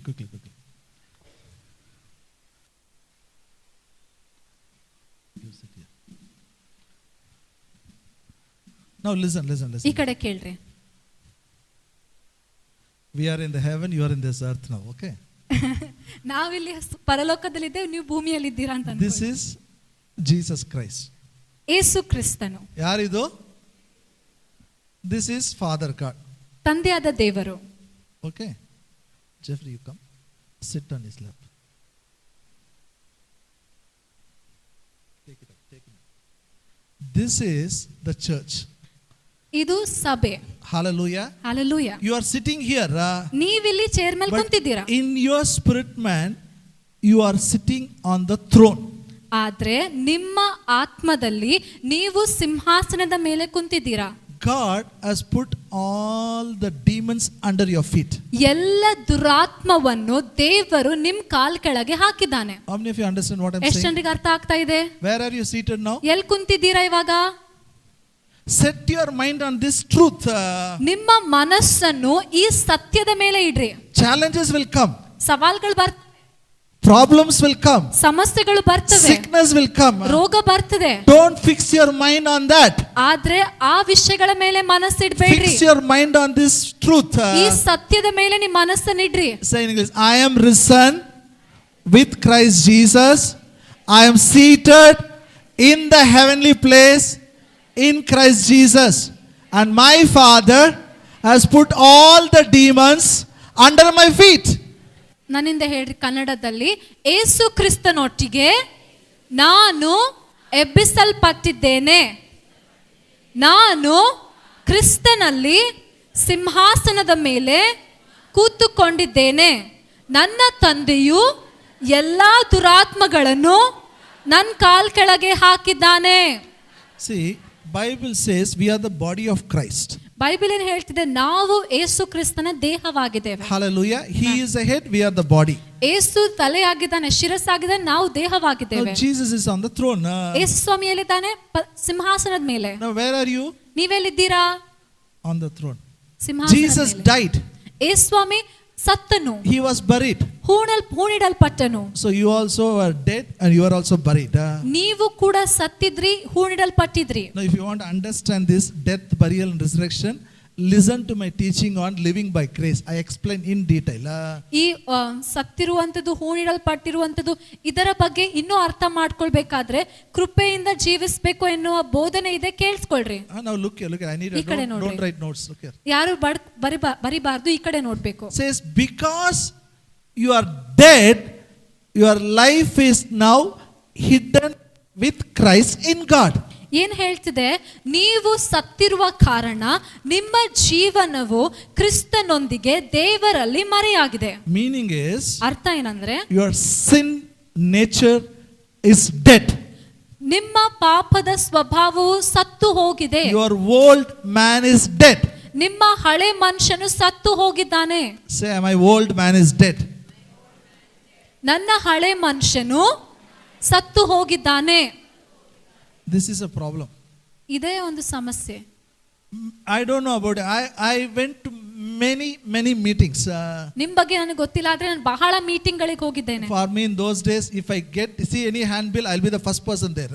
ಆ ದಿನಗಳಲ್ಲಿ ಯಾವುದೇ ಹ್ಯಾಂಡ್ ಬಿಲ್ ಸಿಕ್ಕರೆ ಆ ಮೀಟಿಂಗ್ ಆಗಿ ನಾನು ಹೋಗ್ತಾ ಇದ್ದೆ. And every meeting they told me, ಪ್ರತಿ ಮೀಟಿಂಗ್ ಅಲ್ಲಿ ಹೇಳ್ತಾ ಇದ್ರು, you have to die. ನೀನ್ ಸಾಯ್ಬೇಕು. You have to die. ನೀನ್ ಸಾಯ್ಬೇಕು. You have to crucify yourself. ನಿನ್ನ ಸ್ವಂತ ನೀನು ನಿನ್ನನ್ನೇ ಶಿಲುಬೆಗೆ They ಹಾಕಿಸಬೇಕು. will give one list. You should not see television. You should not do this. You should not do this. One big list. You have to die for all these things. ಅವ್ರು ದೊಡ್ಡ ಪಟ್ಟಿಯನ್ನು ಕೊಡ್ತಾ ಇದ್ರು. TV ನೋಡಬಾರ್ದು, ಇದು ಮಾಡಬಾರ್ದು, ಅದು ಮಾಡಬಾರ್ದು, ಈ ಎಲ್ಲಾ ವಿಷಯಗಳಿಗಾಗಿ ನೀನ್ ಸಾಯ್ಬೇಕು. I'm asking, are you going to die or are you already dead? ನಾನ್ ಕೇಳ್ತೇನೆ, ನೀವು ಇನ್ನು ಸಾಯ್ಬೇಕಾ ಅಥವಾ ಸತ್ತಿ ಹೋಗಿದ್ಯಾ?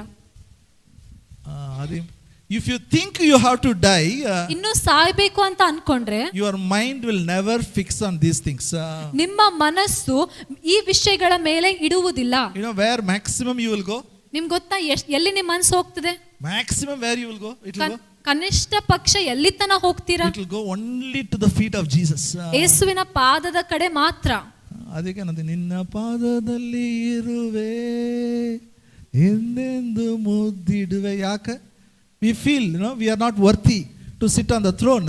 ಅದಕ್ಕಾಗಿಯೇ ಪಾದಗಳ ಬಗ್ಗೆ ನಾವು ಹಾಡ್ತೀವಿ. ಯಾಕಂದ್ರೆ ನಮಗನಿಸ್ತದೆ ಸಿಂಹಾಸನದ ಮೇಲೆ ಕೂತ್ಕೊಳ್ಳುವಂತೆ ನಾವು ಯೋಗ್ಯರಲ್ಲ. How many parents are there? ಎಷ್ಟು ತಂದೆ ತಾಯಂದಿರು ಇದ್ದೀರಾ? Can I see your hand? ಕೈ ತೋರಿಸ್ತೀರಾ? If your child comes and kisses your feet, what you will do? ನಿಮ್ ಮಗು ಬಂದು ನಿಮ್ ಕಾಲಿಗೆ ಮುದ್ದಿಟ್ರೆ ಏನ್ ಮಾಡ್ತೀರಾ?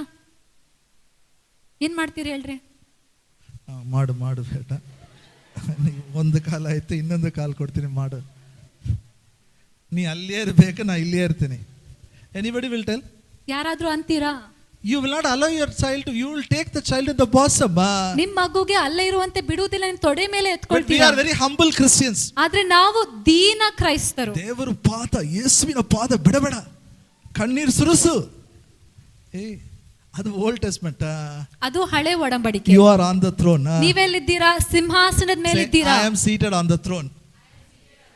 ನಾನು ಸಿಂಹಾಸನದ ಮೇಲೆ ಕೂತ್ಕೊಂಡಿದ್ದೇನೆ. Shall we clap hands for? ಅವ್ರಿಗಾಗಿ ಚಪ್ಪಾಳೆ ತಟ್ಟೋಣ. Now look here. ಈ ಕಡೆ ಕೇಳ್ರಿ. Look here. When you know you are seated on the throne, on the bosom of Lord Jesus, receiving revelation is very easy. ಯೇಸುವಿನ ತೊಡೆ ಮೇಲೆ ಸಿಂಹಾಸನದ ಮೇಲೆ ಕೂತ್ಕೊಂಡಿದ್ದೀರಾ ಅಂತ ಗೊತ್ತಾದ್ರೆ ಸಾಕು, ಪ್ರಕಟಣೆಗಳನ್ನು ಹೊಂದ್ಕೊಳ್ಳೋದು ಸುಲಭವಾಗ್ತದೆ. When you know you are sitting on the bosom of Lord Jesus, releasing power of God is very easy. ಯೇಸುವಿನ ತೊಡೆ ಮೇಲೆ ಕೂತ್ಕೊಂಡಿದ್ದೀರಾ ಅಂತ ಗೊತ್ತಾದ್ರೆ ಯೇಸುವಿನ ಶಕ್ತಿ, ನಿಮ್ಮೊಳಗಿರುವಂತ ಶಕ್ತಿ ಬಿಡುಗಡೆ ಮಾಡೋದು ಸುಲಭವಾಗ್ತದೆ. When you think you are unworthy sinner, I am worthy only to touch his feet, nothing will happen. ನಾನು ಅಯೋಗ್ಯವಾದ ಪಾಪಿ, ಆತನ ಪಾದಗಳನ್ನು ಮುಟ್ಟುವುದಕ್ಕಾಗಿ ಅಷ್ಟೇ ಯೋಗ್ಯನು ಅಂತ ಯೋಚನೆ ಮಾಡಿದ್ರೆ ಏನು ಮಾಡಕ್ಕಾಗಲ್ಲ. So we will set our mind on this. ನಾವೇನ್ ಮಾಡೋಣ? ನಮ್ಮ ಮನಸ್ಸನ್ನು ಈ ವಿಷಯಗಳ ಮೇಲೆ ಇಡೋಣ. Say one more time. ಇನ್ನೊಂದ್ಸಲ I am ಹೇಳ್ರಿ. risen with Christ. I am seated in the heavenly places in Christ Jesus on the right hand of Father God. And my Father has put all the demons under my feet. Amen. ನಾನು ಯೇಸು ಕ್ರಿಸ್ತನೊಟ್ಟಿಗೆ ಎಬ್ಬಿಸಲ್ಪಟ್ಟಿದ್ದೇನೆ. ನಾನು ಯೇಸು ಕ್ರಿಸ್ತನೊಟ್ಟಿಗೆ ಸಿಂಹಾಸನದ ಮೇಲೆ ಕೂತುಕೊಂಡಿದ್ದೇನೆ. ನನ್ನ ತಂದೆಯು ಎಲ್ಲಾ ದುರಾತ್ಮಗಳನ್ನು ನನ್ನ ಕಾಲ್ ಕೆಳಗೆ ಹಾಕಿದ್ದಾನೆ. I see smile in the ಇವಾಗ ಎಲ್ರ ಮುಖದಲ್ಲಿ ನಗು ಕಾಣ್ತಾ ಇದೆ. We all stand up. One ನಾವೆಲ್ಲರೂ more ಎದ್ದು time. ನಿಂತ್ಕೊಳ್ಳೋಣ. Declare it. ಇನ್ನೊಂದ್ಸಲ ಹೇಳೋಣ. All of you stand up. Stand up. Stand up. ಪ್ರತಿಯೊಬ್ರು ಎದ್ದು ನಿಂತ್ಕೊಳ್ಳೋಣ. ಗಟ್ಟಿಯಾಗಿ ಹೇಳೋಣ. ನಾನು ಯೇಸು ಕ್ರಿಸ್ತನೊಟ್ಟಿಗೆ ಎಬ್ಬಿಸಲ್ಪಟ್ಟಿದ್ದೇನೆ. ಯೇಸು ಕ್ರಿಸ್ತನ ತೊಡೆಯ ಮೇಲೆ ಸಿಂಹಾಸನದ ಮೇಲೆ ಕೂತುಕೊಂಡಿದ್ದೇನೆ. ನನ್ನ ತಂದೆಯು ಎಲ್ಲಾ ದುರಾತ್ಮಗಳನ್ನು ನನ್ನ ಕಾಲ್ ಕೆಳಗೆ ಹಾಕಿದ್ದಾನೆ. Tell every day. ಈ 3 ಮಾತುಗಳನ್ನು ಪ್ರತಿದಿನ ಹೇಳ್ರಿ. Look at the mirror and say it. ಕನ್ನಡಿ ನೋಡಿ ಹೇಳ್ರಿ. I'll tell you, you will not struggle in life. ನಾನು ನಿಮ್ಗೆ ಹೇಳ್ತೇನೆ, ಈ ಮಾತುಗಳನ್ನು ಹೇಳ್ತಾ ಇದ್ರೆ ಜೀವನದಲ್ಲಿ ಕಷ್ಟನೇ ಪಡಲ್ಲ. Fix your mind on this truth. ನಿಮ್ಮ ಮನಸ್ಸನ್ನು ಈ ಸತ್ಯದ ಮೇಲಿಡ್ರಿ. You will feel, you will experience Holy Spirit of God will strengthen in your man to do all the work he wants to do it. ನಿಮ್ ಮೂಲಕ ಮಾಡಬೇಕಾಗಿರುವ ಎಲ್ಲಾ ಕೆಲಸ ಮಾಡುವಂತೆ ಪವಿತ್ರಾತ್ಮನು ನಿಮ್ಮನ್ನು ಶಕ್ತಿಗೊಳಿಸ್ತಾನೆ ಅಂತ ನಿಮ್ಗೆ ಗೊತ್ತಾಗ್ತದೆ. Amen. Shall we all pray? ನಾವೆಲ್ಲರೂ ಪ್ರಾರ್ಥನೆ ಮಾಡೋಣ. ಕೈಗಳನ್ನ ಎತ್ತರಿ. I'll tell you, God already made a plan for you. ದೇವರು ಅವಾಗಲೇ ನಿಮ್ಗಾಗಿ ಒಂದು ಯೋಜನೆ God ಹಾಕಿದ್ದಾನೆ. made a big plan for your children. ನಿಮ್ ಮಕ್ಕಳಿಗಾಗಿ ದೊಡ್ಡ ಯೋಜನೆ ಇಟ್ಟಿದ್ದಾನೆ. Don't worry. ಚಿಂತೆ ಮಾಡಬೇಡ್ರಿ. Don't fear. ಭಯ ಪಡಬೇಡ್ರಿ. Plan is ready. ನಿಮಗಾಗಿ ಯೋಜನೆಯು, ಆ ಪ್ಲಾನ್ ಸಿದ್ಧವಾಗಿದೆ. Price is paid. ಅದಕ್ಕಾಗಿ ಬೆಲೆಯು ಕಟ್ಟಲ್ಪಟ್ಟಿದೆ. Holy Spirit will reveal.